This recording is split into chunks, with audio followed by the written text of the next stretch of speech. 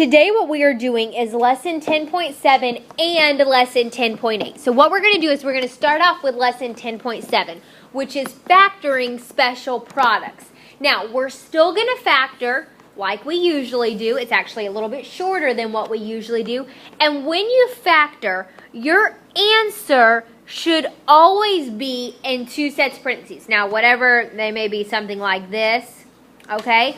But no matter what, your answer should be in two sets of parentheses. That's what factoring does for you, okay? So just keep that in mind. So when we factor special products, what we're going to do is we're going to do what we call the difference of two squares. What you do on the difference of two squares, it's actually very, very simple. Because you say, wait a second, usually when we factor, there are three terms in the problem. Okay, but there's not three terms in this one. So this is all you're going to do.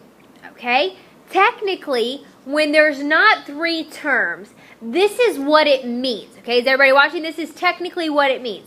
It would mean we would have m squared plus 0m minus 4. You say, okay, that works out, right? Let's list the factors of 4. 1 times 4 and 2 times 2. Now, which one of these factors subtract to give me 0? 2 and 2. So I can write my answer m and 2, m and 2. Now, if it's a subtraction, what do my signs have to be? Positive and negative. They've got to be different. There's my final answer. Now, I'm going to teach you a shortcut where you don't have to do any of that. You ready? This is all you got to do. This is why the name is difference of two squares. This is why it's a special product. What you can do is, what does the word difference mean? What type of problem does it mean we're working with? Subtraction. So if you ever look and there's a plus sign there, it won't work. But if there's a minus sign, difference, we know it can work. Now, this is all you got to do. You ready? I'm going to erase this. Actually, no, I'm not. I'm going to just go underneath it. What is the square root of m squared? What times what equals m squared? M. So I can write my m's. What is the square root of 4?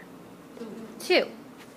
Anytime you have the difference of two squares, one has to be positive and one has to be negative. Now, it doesn't matter which order. You could do m minus 2 times m plus 2, but that's it.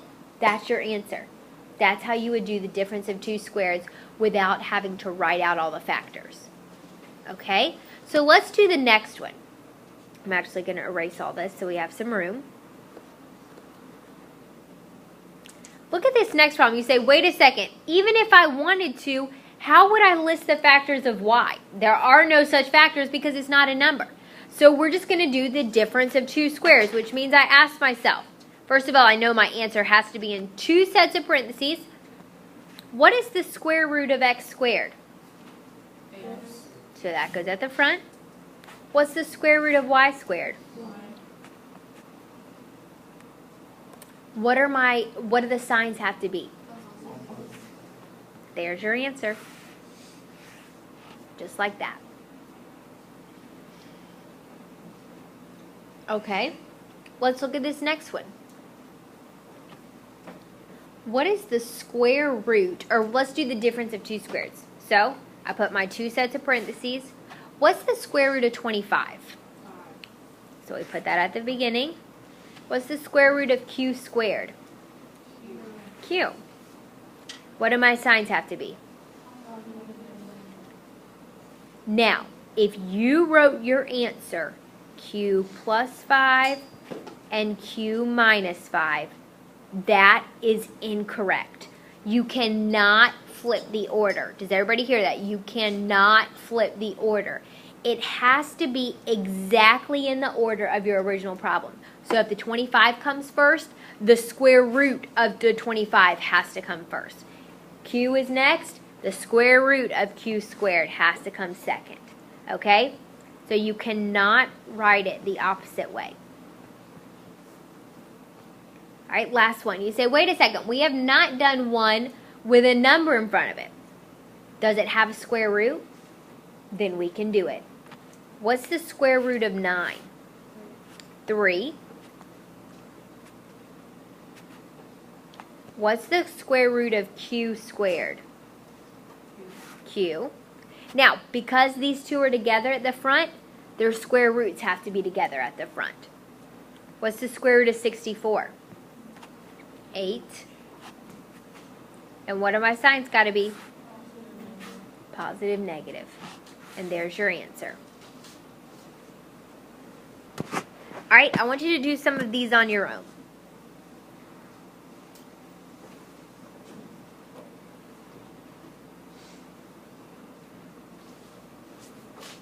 Rashid, what did you get for number 1? X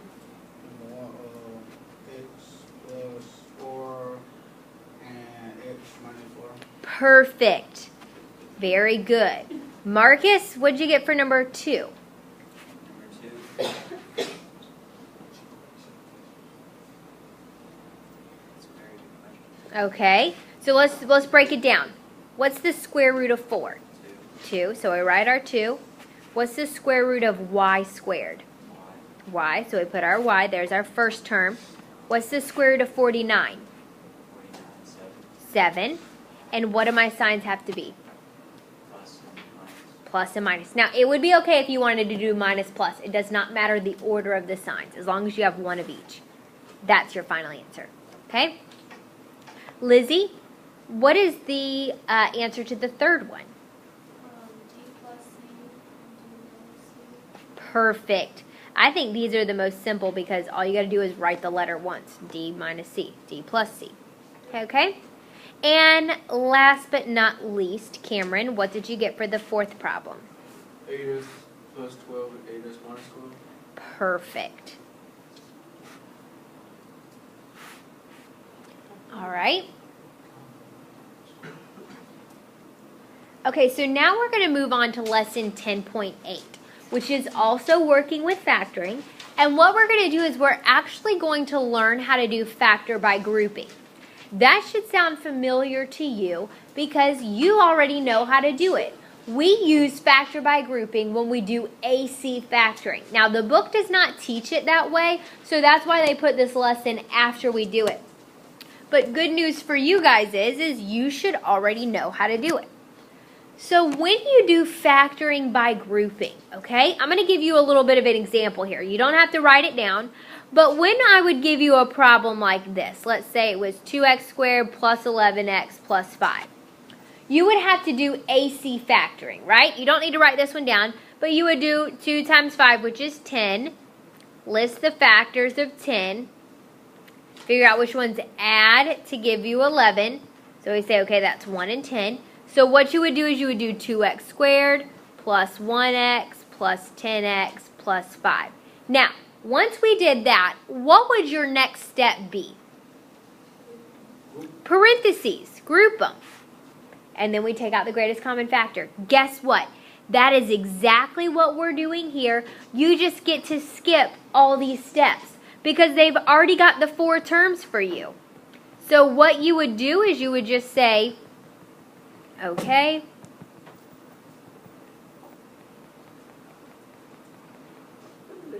put parentheses around the first 2, parentheses around the second 2, and we take out the greatest common factor.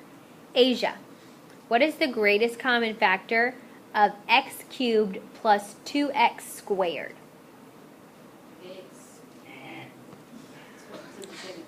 X to the second power. Perfect. Okay? Now, how did she know that? First of all, is there a number that is the greatest common factor of, this is technically a 1 and 2? What would the greatest common factor of 1 and 2 be? 1. Now, do I need to write that 1 in front of the x squared? You should. You don't have to. You can if you want, but you don't have to. Then, let me tell you the trick to know how many x's or variables, whatever the letter may be, to pull out. Look at your exponents.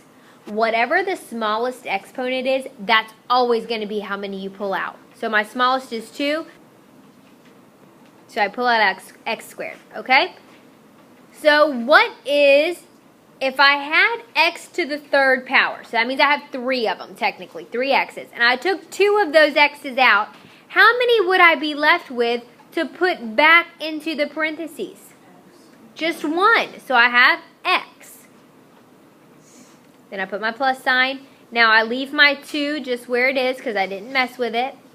Now if I had 2 x's and I moved 2 of them outside, how many am I left with? 0. None. So I don't even write anything. My x is 0 now? Or that's 1? Okay. What is the greatest common factor of 3x plus 6? 3. What kind of 3? A positive 3 or a negative 3? Positive. So I take out a positive 3 and I just divide.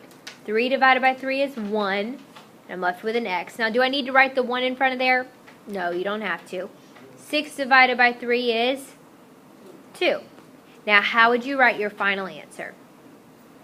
X squared plus 3 and x. Perfect. There's how you factor by grouping. All right, Brianna, what would I do in the next problem first? Group them. Parentheses around the first 2, parentheses around the second 2. Casey, what is the greatest common factor of x cubed plus 2x squared? 1x squared. Perfect. So what am I going to be left with in parentheses, Brittany? 1x plus 1. What's 2 divided by 1? 2. So I'm going to be left with 1x plus 2. Very good. Okay? Preston, what is the greatest common factor of negative 36 and negative 72?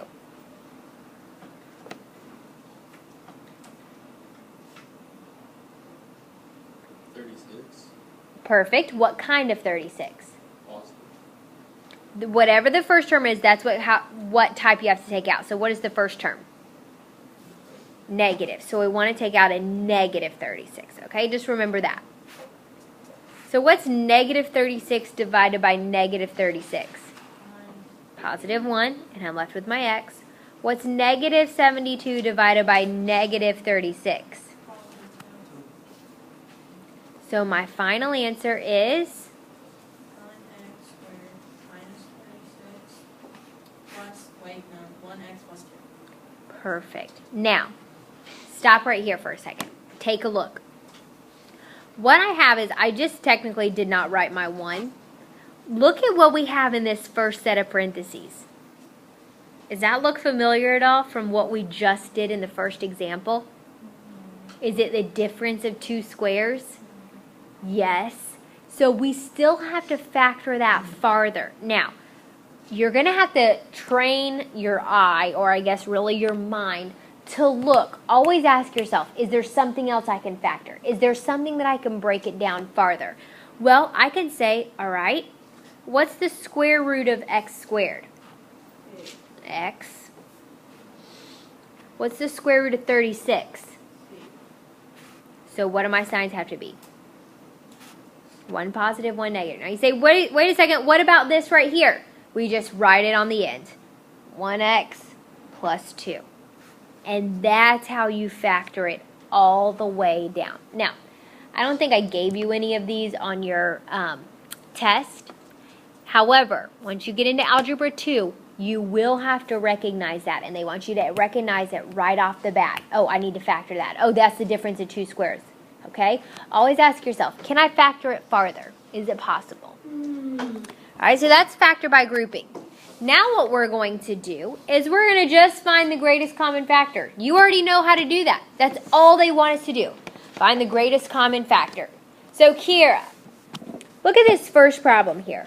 14x cubed minus 21x squared. What is the greatest common factor? Let's just start with the numbers of 14 and 21. 7. Perfect. I'm looking for the biggest number that can go into both of them. Now, look at my variables. I have x cubed and x squared. Austin, how many x's can I take out? 2. Perfect. So I write 7x squared. That is my greatest common factor. Now, when you have the greatest common factor, remember, I have to rewrite what I have left in parentheses, and I just divide. So what's 14 divided by 7? 2. If I had 3 x's and I took 2 of them out, I'm left with 1. What's negative 21 divided by 7? -3. If I had 2 x's and I took 2 of them out, how many am I left with? 9. There's your final answer.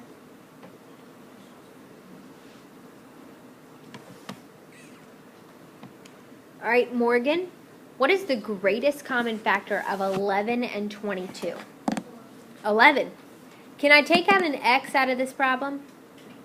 No, because 22 doesn't have one, so I just divide. 11 divided by 11 is? 1. Negative 22 divided by 11 is? 2. There's your final answer. Now, on this next one, you say, wait a second, we have 3 terms. We've never done that before. You can still do the greatest common factor. Now you just say the greatest common factor of 3 numbers instead of 2. So I look at my numbers, 6, 12, and 18. What is the biggest number that can go into 6, 12, and 18? 6. Now I say, what about 3? 3 can go into all of them, but it's not the biggest. I always want to look for the very biggest. So I say 6. Can I take an x out of these? No, because 18 does not have one. Now, the first 2 do, but if not all 3 of them, or however many terms you're dealing with, have an x, you cannot take it out. So I just divide. 6 divided by 6 is? 1x squared. 12 divided by 6 is? 2. 18 divided by 6 is? There's your final answer. Okay. Okay, now this is the last example, and we're going to put those last 2 things that we just did together. So we're going to be able to take out the greatest common factor and then factor. So what it means when it says factor completely, which is right down here, that means there are 2 steps always. Step number 1, take out the greatest common factor. Step number 2, look at what you have left in parentheses and ask yourself, can I factor it? Okay? So let's do step number 1 on this first problem. What is the greatest common factor of 4, 20, and 24? Biggest number that will go into all 3 of them. 4. Now, can I take out an x? Yes, because they all 3 have one. How many x's can I take out? Just 1. So I divide and figure out what I'm left with. 4 divided by 4 is 1. Do I need to write that 1? Nope. I had 3 x's and I took 1 out. So how many am I left with? 2. What is 20 divided by 4? Had 2 x's and I took 1 out. How many am I left with? 24 divided by 4 is 6. Had 1 x and I took it out and I'm left with none. So, now I've taken out the greatest common factor. It is done. I leave it right there where it is, and now I ask myself. Now, he doesn't go away. He doesn't vanish. I just now look at this. But I'm not going to pay attention to this at all. It's over. It's done. Don't even look at it for right now. Just look at what I have in parentheses. If I were to give you that problem right there, x squared plus 5x plus 6, can you factor that? All I would have to do is list the factors of 6, which are 1 times 6 and 2 times 3. Which ones add to give me 5? 2 and 3. So, what I do is I just rewrite my greatest common factor on the outside because it can't vanish, it can't go away, it has to be in my final answer, but then I'm just going to factor what I have left.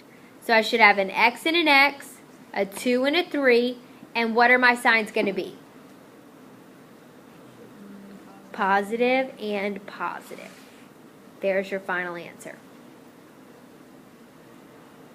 Okay, last one. Step number 1 is always what, Dalton? Find the greatest. Very good. Find the greatest common factor. All right. Dalton, what is the greatest common factor? 5. Now, is there also, can I take out any x's? 2. Exactly. You say, wait a second, how do you know to take out 2? Look at your exponents and look at the smallest one. 2. That's how many you take out. What's 45 divided by 5? Anybody? 9. If I had 4 x's and I took 2 of them out, how many am I going to be left with? 2. What is negative 20 divided by 5? Negative 4. If I had 2 x's and I took 2 out, how many am I left with? Now, look inside of parentheses. Can I factor this? Yes. Because is it the difference of 2 squares? Yes. So I leave my greatest common factor right here on the outside. And this is all you got to do. Ask yourself this. What's the square root of 9? So I put 3 at the beginning. What's the square root of x squared? That also goes at the beginning. What's the square root of 4? 2. And what do my signs have to be in parentheses? One Plus, minus. Now you say, how did you know to do that? Here's my checkpoint. This is what I asked myself. First of all, if there's only 2 terms, look and say, okay, there's only 2 terms. So this is how I figure out if I could do the difference of 2 squares. First of all, is it a subtraction problem? Yes. Okay. Could I have Rashid Martin for a moment to be S building officer? Yes, ma'am. Thank you. Then, if it is a subtraction, ask yourself, does each term have a square root? If so, you can factor it. All right?